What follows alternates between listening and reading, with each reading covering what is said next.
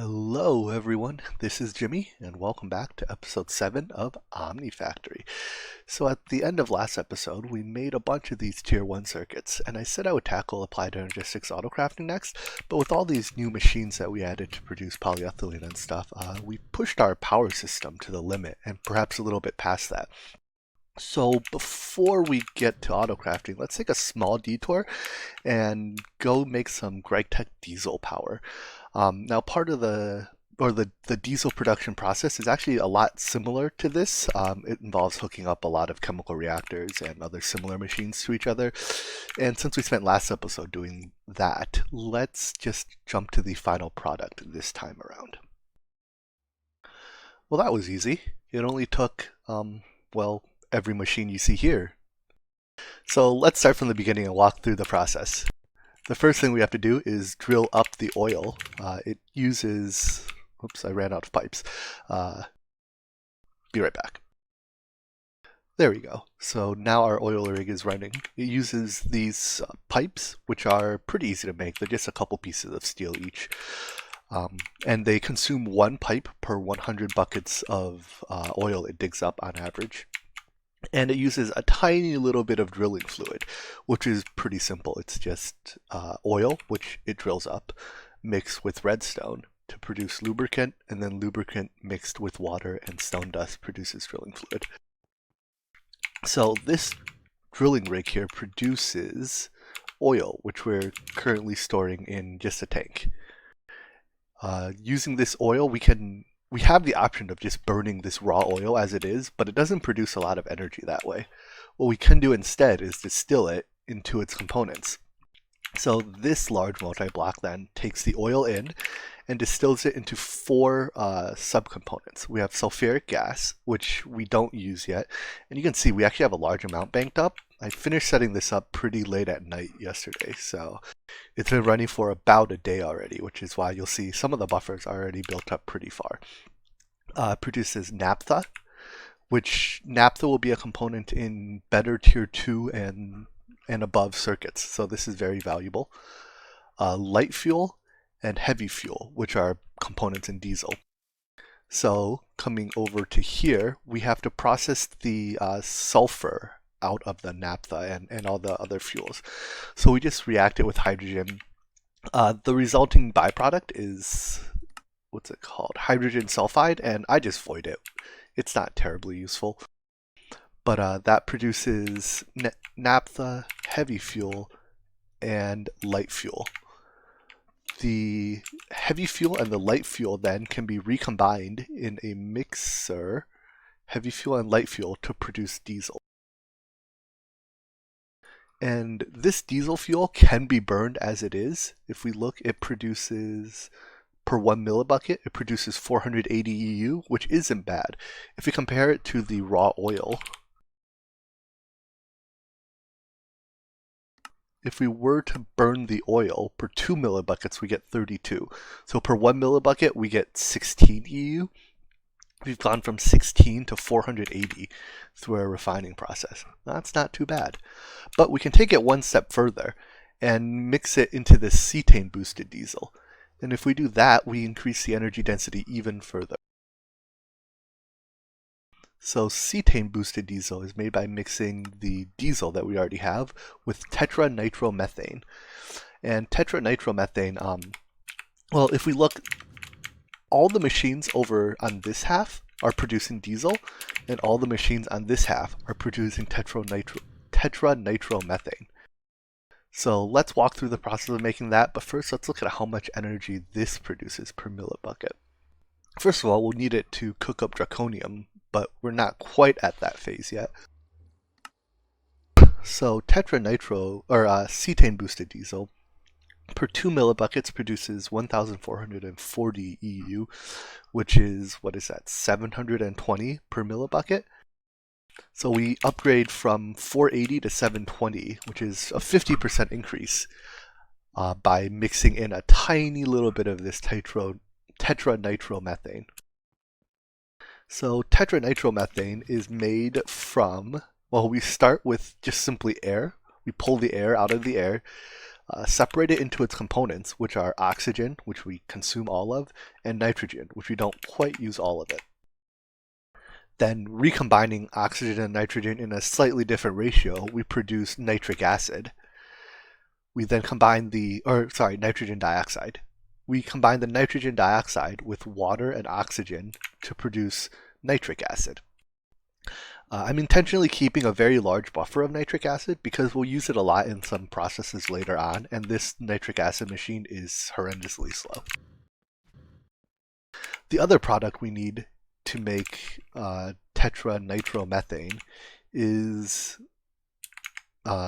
acetic acid. So there's a couple ways to make acetic acid. You can do water or oxygen with ethylene, and we're already making ethylene, so that's not an awful option, but it consumes a lot of ethylene. The one I chose to go with is oxygen, hydrogen, and carbon dust. So by combining oxygen, hydrogen, and carbon dust, we make acetic acid. With the acetic acid, then, we can combine it with sulfuric acid, which we're already making as part of our polyethylene setup over there, so that's just being transported here through an export bus. That produces ethanone and dilute sulfuric acid, which we recycle. The ethanone then can be reacted with the nitric acid that we're producing right over there, and that produces our Tetra Nitromethane and wastewater, which we just throw away. And lastly, we mix the Tetra Nitromethane with diesel to produce C10 Boosted Diesel.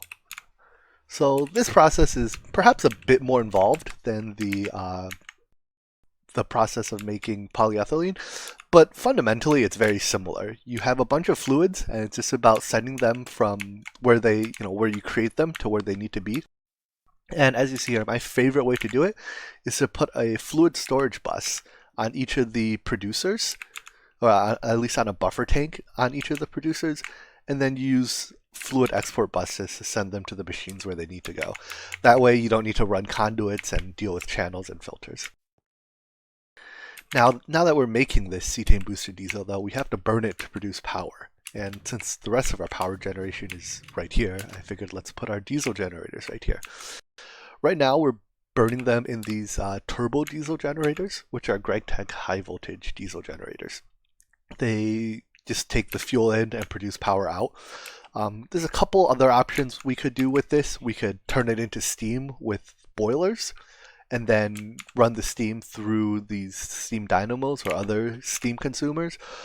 And there's a multi-block diesel generator that we can also use when we have titanium. And this diesel generator produces about 50% more energy per millibucket of diesel by burning it in the presence of oxygen. Cool, so now that we have this power, we have a huge buffer of energy. If you look at this, I really wish there were commas in that number. It's, 3.6 billion EU, which is over 10 billion RF. So we have a huge energy buffer, and hopefully that'll last us, an episode or two before we have to upgrade our energy again. Alright, so now that we have our energy situation sorted out, let's go back to the original project. Let's take a second and claim our quest rewards for the stuff we've done in the last couple episodes. So in the beginning tab, which I think we're almost done with, there's a little bit of stuff down here, but I think that's like upgraded grappling hooks and stuff that we don't need. So let's claim those rewards. Here in the early game tab, most of this stuff seems to be related to the polyethylene and plastics, and finished up a bit of applied energistics stuff. Get those rewards. Here in the mid game, most of this is Petrochem, the diesel and related systems. There's still some quests that are locked that we've already done. I'm not quite sure how to unlock them. We probably have to do some canola stuff. But anyways, let's get these rewards. And lastly, in the end game, we've picked up a stack of gallium at some point. So would you look at that? Let's turn these into nickels. We have 50 nickels and looks like 12, 13 stacks of pennies. Awesome. Looking at the recipe for blank patterns, we actually have everything we need to make it now. Fine silverware is easy to make. We have our polyethylene, and it uses tier 3 circuits. But right now our tier 3 circuits are a little difficult to make. It uses 4 tier 2 circuits, which each use 3 tier 1 circuits. So it's 12 tier 1 circuits to make a single tier 3 circuit. And I think we can do better than that. What we can instead do, instead of using these refined processor arrays, we can use the next level of tier 3 circuit, which I believe is, let's see, the third tier 3 circuit, microprocessors. And these are made from 3 tier 2 circuits, which we can directly make. We don't have to make them out of tier 1s. So to make, let's start with the tier 2 circuits. To make these, we need central processing units, which we have. Let's use this recipe. Resistors, capacitors, and transistors, which we already make. Fine red alloy wire, which is very easy to make. And you might have missed it against the backdrop here, but it takes this epoxy circuit board and HV assembler. So this epoxy circuit board is really the only thing that's somewhat challenging. And let's make this really quickly before we jump into autocrafting. So this is made in a chemical reactor with sulfuric acid, copper foil, and epoxy resin. Epoxy resin is made in a chemical reactor with, let's go with this route. Nitrogen dioxide, which we've made already, right? It's just oxygen and nitrogen. Naphtha, which is the byproduct of our chemical processes over there, our diesel generating chemical processes. And epichlorohydrin. These names, man, they're a handful. So epichlorohydrin, there's a couple more options to make this. Let's see what we want to do. We have hydrochloric acid and glycerol. That doesn't seem too bad. I think glycerol is a byproduct of biodiesel. And hydrochloric acid is just water and chlorine, I believe, or water and salt. Hydrogen chlorine. Looks like there's a bunch of ways. But I don't expect that to be too bad. The other option is allyl chloride and hypochlorous acid. Let's go with this recipe. So I'll have to make some hydrochloric acid and glycerol and then put it all together. Here's our hydrochloric acid production facility. I decided to use perhaps the most complicated of the hydrochloric acid production options because it produces a useful byproduct. So by reacting methane, which comes from our diesel setup, with chlorine, water, and silicon, we can produce polydimethylsiloxane dust and hydrochloric acid and diluted hydrochloric acid. So the hydrochloric acid and diluted hydrochloric acid are obviously our fluid goal. But that dust, I'm just going to go ahead and not say its name. We can use it with sulfur to make silicon rubber, and silicon rubber can be turned into bars or plates or whatever. We don't quite have a use for silicon rubber yet. It can be substituted for regular rubber in some recipes, but in some of the later recipes, we have to use silicon rubber in place of regular rubber. So if we get to make it now, we get to, build up a store of it. I'm going to allow the hydrochloric acid to be our bottleneck so that when the hydrochloric acid facilities fill up, our machines will stop running, and then we'll happen to have some silicon rubber. I'm reasonably sure this will produce enough silicon rubber to last us through the mid and late game. To make epoxy resin, we're going to need some canola to make canola oil. So I went ahead and planted a second farm here. So we have our tree farm, and now we have a plant farm. For now, we're growing canola, potatoes, chorus fruits, and rice. And the next step is complete. We have canola seeds being turned into canola oil. That's being reacted with crystallized canola seeds to be turned into crystallized oil, which is being reacted with ethanol and lye, or sodium hydroxide, which turns into glycerol and biodiesel. And with this biodiesel, we're combining it with our regular diesel over there to make C10 Boosted Diesel as well.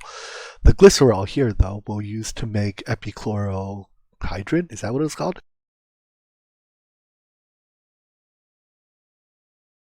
Epichlorohydrin from glycerol and hydrochloric acid. So that is almost the last step in making these circuit boards that I thought would take half an hour and have now taken 3+ hours. And now putting the glycerol and hydrochloric acid together completes our epichlorohydrin. So the last step is to react epichlorohydrin with nitrogen dioxide and naphtha to make, that is epoxy resin, I believe.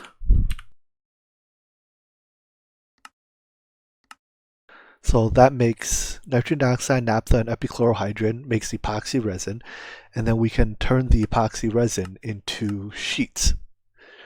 We can also, in a chemical bath, react that with raw carbon fibers to make fiber reinforced epoxy resin sheets, which are the next tier of circuit board. So we may as well set both of these up while we're at it. And simple as that, we have our epoxy resin sheets. We can take those and run them over to our chemical reactor where we process it with copper foil and sulfuric acid to start producing epoxy circuit boards. And the beauty of these is that now we can directly make tier 2 circuits using those sheets and a bunch of stuff we already have. And each circuit board and each craft produces 4 of these, which is awesome. With these, we can then combine, I believe it's 3 at a time. Yeah, 3 of them make a tier 3 circuit, and we'll use these to make our blank patterns. And now, finally, we can get into autocrafting. Here is our first set of blank patterns. One stacked just like that. Now let's go ahead and make our pattern terminal. Oh, how I've missed thee. And put our patterns in there.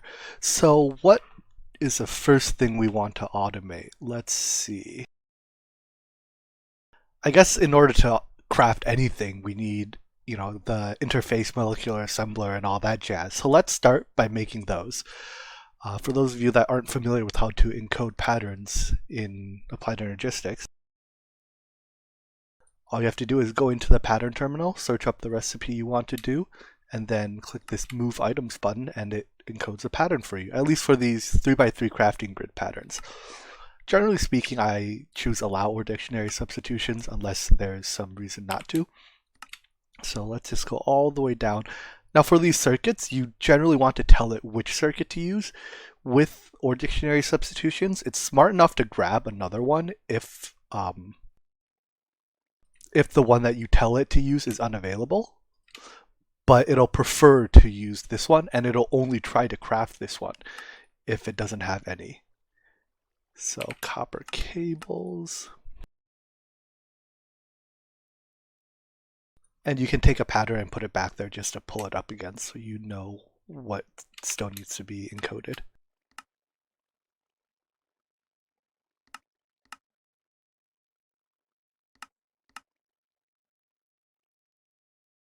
Alright, there are the crafting recipes to make the ME interface. Now in order to actually craft this, we need to set up some crafting CPUs, which will actually manage the crafting task, as well as a number of interfaces and molecular assemblers to do the actual crafting. So just this once, we have to handcraft our first set of interfaces and assemblers. And I'll just come back after that's crafted up and set up. Up until now, I had been making grains of infinity by coming down here to our bedrock place. You can see we're not too far from the base, and coming with a flint and steel, lighting it on fire and waiting for it to go out. But now that we need quite a bit of grains of infinity to make the assemblers, the molecular assemblers, I figured it's about time we automated it. And it's quite simple. All it takes is 1 bucket of fire water. You put it on the bedrock, and then you put a vacuum chest above it, and you just let it run. Right now I'm feeding it from the vacuum chest into our ender chest, which is feeding directly into our ME system. So from here, this will generate grains of infinity for us automatically, and we can use them. Here's our molecular assembler block for AE Autocrafting. I know that there are more suppose I could say efficient designs, ones that allow each interface to have 6 molecular assemblers neighboring it. But I like this design because, for one, it is infinitely scalable in both axes, and it allows you physical access to every single machine in the block. So there's never a block that you can't just walk up and right click. When this is fully complete, each interface will have 4 molecular assemblers neighboring it, so it can craft 4 things at once. But for now, we only have 4 molecular assemblers powering, what is this, 16 interfaces? And that'll be the beginning of our autocrafting. Another little trick I do with autocrafting is when I place patterns into the interface terminal, normally the intuitive thing is, when you place a bunch of patterns, you place them like this, right? Next to each other. But when you do this, every single pattern ends up being placed on the same interface. And generally speaking, when you place a bunch of patterns at once, they're closely related to each other. So if it were set up like this and I went to order an ME interface, this one interface has to service all the requests, which means only up to 4 molecular assemblers are being used. Whereas if I put them vertically, it's a little bit, it's a few more clicks to actually put them in, but this naturally spreads out the recipes between the interfaces, and thus it spreads out the recipes between the assemblers, making it run just ever so slightly faster. And when we get to the later game in this pack, we'll really appreciate every little bit of speed we can squeeze out of our auto-crafting system. Let's try auto-crafting some interfaces and see how that goes. Start with 4. Looks like we should be able to do it. And off it goes. Perfect. Next up, let's tackle molecular assemblers. Let's get 4 molecular assemblers. Looks like that fired off without an issue. And let's get 12 more interfaces so we can make a full 32.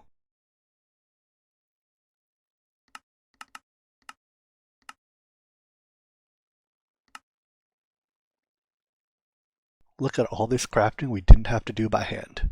Now, right now it's only doing crafting steps, all the other, like all the plates and stuff, we just happen to already have on hand. But next step will be automating the creation of all the plates and circuits and that jazz. So let me go set these up, and then let's take a look at perhaps doing circuits next.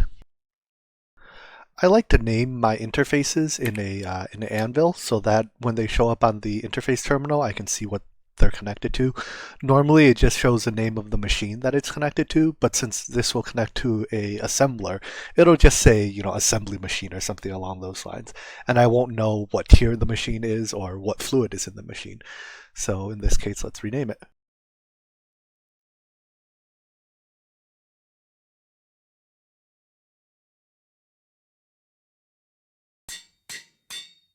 Now, when I put this here and hook it up, when I go over to the interface terminal and check it, it'll say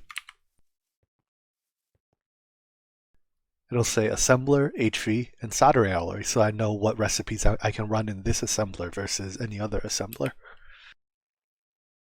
One interesting quirk of these GregTech machines is that if I want to use the auto output function, the machine by default doesn't accept input on the output side. You can configure it to accept input on the output side by right-clicking it with a screwdriver. Let me demonstrate over here. So if you right-click this face, you can see how I can change it to allow or disallow input from the output side. But the problem is I can't actually click that face on machines with an interface next to it. So with stuff like screwdrivers, you can click the edges, and it counts as clicking the side, but that doesn't work for screwdrivers for some reason. Oh well. What we'll just do is we won't use the auto output function, and we'll just extract with an item conduit and send it back to the interface. Here we are encoding patterns for our tier 1, tier 2, and let's do tier 3 circuits while we're at it. So just pick the recipe. Is this the right one? No, it isn't. Let's see. So that's tier 1. We need tier 2.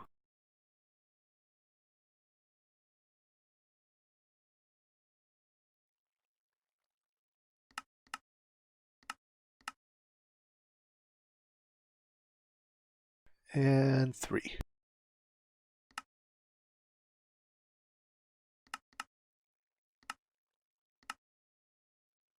We can put these into the interface terminal.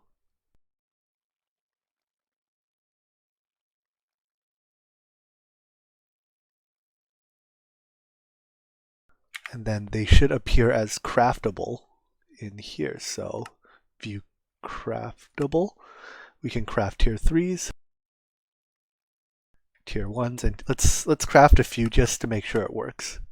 We do not have those components in here. That's fine. I've been, at least up until now, I've just been storing them in this output chest so that they're easy to access. But since we're now moving everything into Autocrafting, let's put all these components into the AE system.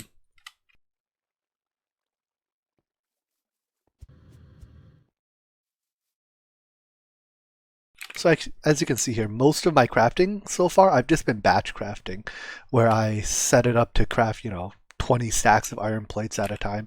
And then when it's done, I'll pick it all up and throw it into the AE system. But now we can do some amount of on-demand crafting as well.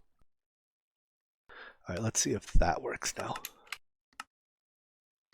So if we request 20 of those, we come over here and see, would you look at that? It's working on them. And then when they're completed, they're no longer auto-pushed, but they're extracted via the item conduit. So there we have it, automated circuits for tier 1, 2, and 3. Let's try the other tiers just to make sure they work. I don't have epoxy circuit boards. Now I do have epoxy circuit boards.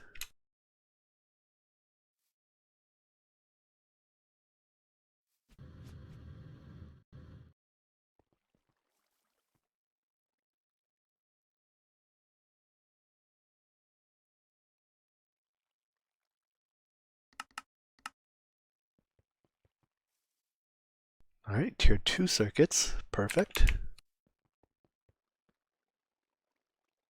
And let's try tier 3s and see if that works. Small coils.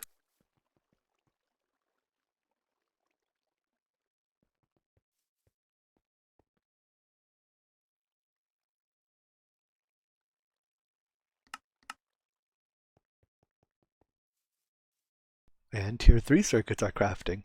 So right now this machine just has a large buffer of soldering alloy in it. What we can do is put a fluid export bus on the other side, sending it soldering alloy once we have something else producing a tank of soldering alloy and keeping it in storage. So those are things we've all already been able to make. Let's see if we can make some tier 4 circuits. Which of these would we want? I think it's the second tier 4. Microprocessors, yep. Looks like we can't do it yet. We need titanium. Never mind. Well, let's move on to our next auto-crafting project then. And I think that should be the Applied Energistics processors. So these things, we're starting to run low. I crafted massive batches of them right as we got started. But as we've been doing a lot of stuff with Applied Energistics. So these I don't actually want to make on demand because they can take a while to make. Instead, what I want to do is I just want a system that's always running in the background, keeping a healthy stock of these, maybe something like 10-ish stacks. And then whenever I want, I can just use them. And as I use them, it'll produce more. So to do that, if we look in this chest, I had already made 6, and here's my 7th inscriber. And with those 7, I'll set up an assembly line of sorts that'll produce these circuits, or these processors, sorry. And let's take a look at that when it's done.